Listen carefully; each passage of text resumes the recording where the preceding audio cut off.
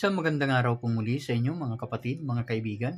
Muli po, nandito si Balintataw ng Agila upang kayo po ay handugan ng isa na naman pong tula. Ang pamagat po ng tula na aking bibigkasin, Pandemic Part 4. Makalabas na nga dito sa office mong amoy tubol, nagsisikip ang dibdib ko, ang hiningay hinahabol.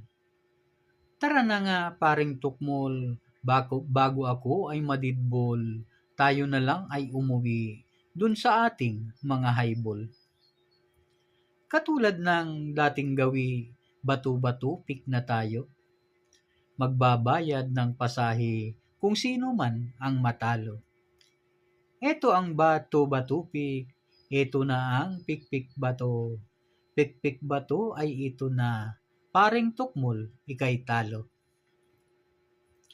Paring tukmol, mayroon ng jeep, tara na at sakay tayo.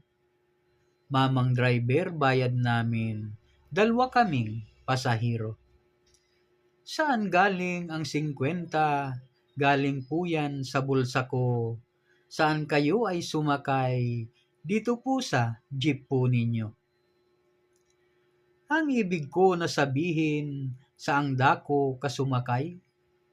Mamang driver, dun yun sa may mamang pilay na may saklay. Tama na nga kayong dalwa, wag na kayo na maingay.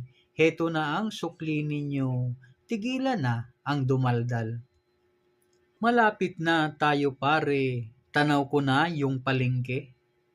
Mamang driver, para na po, ang jeep niyo ay yung itabi.